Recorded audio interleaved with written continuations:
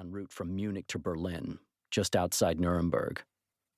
Half of me wants to make a detour east to the Nürburgring and do a couple of loops around the circuit, but you have to leave some fruit on the tree. It isn't even halfway to its top speed, but I'm trying not to appear any more of an asshole than is absolutely necessary. Because today, it is absolutely necessary. There are two schools of thought about visibility. You can either be visible or invisible. There's no in-between. Invisible means you're the harried middle-aged woman juggling her handbag and the Starbucks cup as she fumbles for her ID on the way through the security checkpoint. You're the janitor with poor English and thinning hair, sluicing the floor with a mop around the tables, where a brace of Harvard legacies are discussing whether it's better to rent a float plane or a yacht to get to the island and can't even be bothered to move their feet. You're the gray man on the subway with greasy hair and patches on his elbows, who looks like an out-of-work antique dealer down on his luck, toting a plastic shopping bag full of old books back to a safe house, where you will steam open the flap of one of them to reveal new identity documents. You have no digital footprint.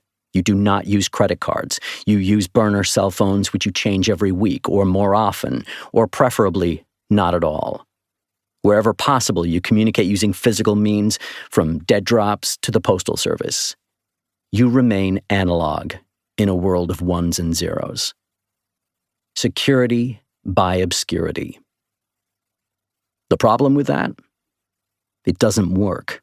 Not anymore. Biometrics will fuck you up. And not just automated facial recognition, which is everywhere. You could put a paper bag over your head and the AI will pick you out by your gait, by the way you favor one leg over the other, by the way you overpronate, by your flat feet, by the cock of your hips or the way you wiggle your ass.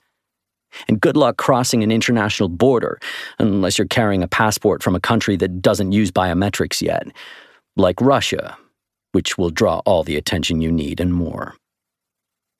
The other school of thought? Security by being totally fucking out there. Hence the Veyron. When people see a supercar, all they see is the car. Nobody gives a shit who's driving it. At best, they see some loathsome private equity lizard, a dot-com bro, some minor Saudi princeling, or the Botox trophy wife of a Central Asian mobster turned oligarch. Nobody wants to meet their eye. They look away. I'm none of those things, but the blazer and the Rolex, and the open shirt and the sunglasses and the slicked back hair, let them make up their own stories and judge me accordingly. You're judging me now. I can feel it. You want to look away. Good. It's working. In Berlin, I pass up the opportunity to gawp at the remnants of the wall. Those Cold War days seem almost quaint now.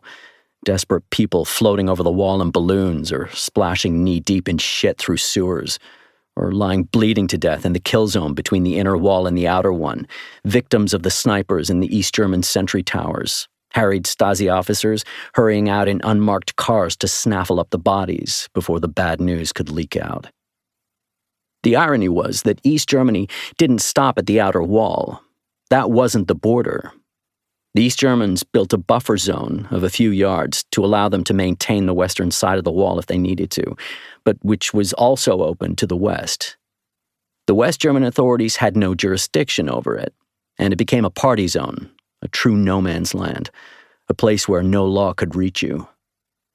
There are stories from back in the day of bodies being dumped there with bullets in the backs of their heads.